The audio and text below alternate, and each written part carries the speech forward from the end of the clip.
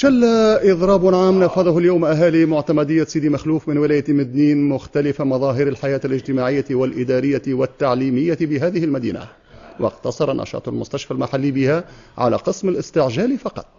ولم يسفر اجتماع الوالي بجموع غفيرة من المواطنين عن رفع حالة الاحتقان وتهدئة الخواطر، فقاموا باحتجازه في مقر المعتمدية.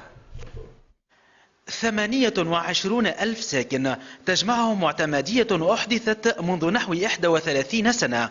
معتمدية سيدي مخلوف هي واحدة من معتمديات ولاية مدنين التسعة، لكن بحسب أهلها هي المعتمدية الأكثر تهميشا والأقل تنمية من بين مناطق الولاية.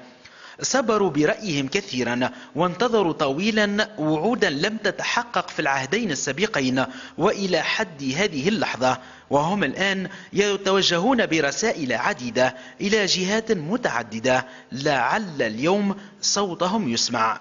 الإضراب العام هذا مشل بالحركة الاقتصادية في معتمدية سيدي مخلوف، وهو ناتج على الاحتقان الشعبي كامل، ناتج على تصرفات المسؤولين على مستوى الولاية أبداهم من الوالي. التنمية المطلوب أن ينصفوا هالمعتمدية، ينصفها صدقني. من المعتمدية ما منها إلا البانون مكتوب عليه المعتمدية.